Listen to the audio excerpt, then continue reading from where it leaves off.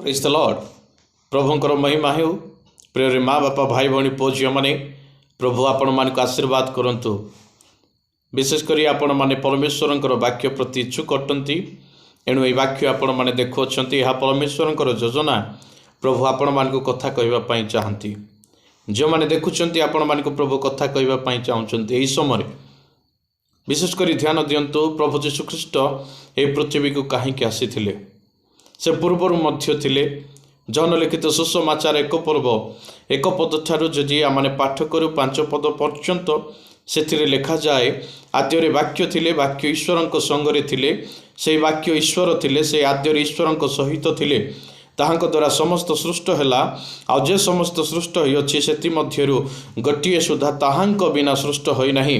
ताहांक ठारे जीवन थिला ओ सेही जीवन मनुष्य मानकर ज्योति। आ सेही ज्योति अंधकार रे जाजल्यमान होई आसुछि। आ अंधकार ताहा ग्रहण करि नाही, अंधकार ग्रहण करि नाही। किंतु आपण माने ग्रहण करंतु सेही प्रभु यीशु ख्रीष्ट को, सेही उद्धारकर्ता को।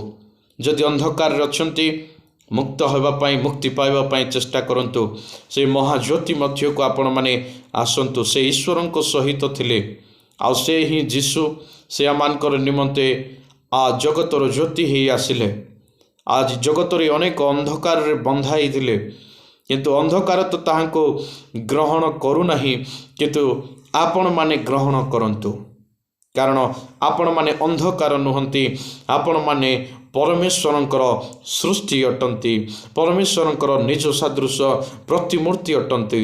एणु प्रिय मोर माँ बापा भाई भौणी माने जो माने वीडियो को देखुचंती प्रभु यीशु ख्रीष्ट को ग्रहण करंतु। आ से ही आपण मानकर उद्धारकर्ता। God bless you.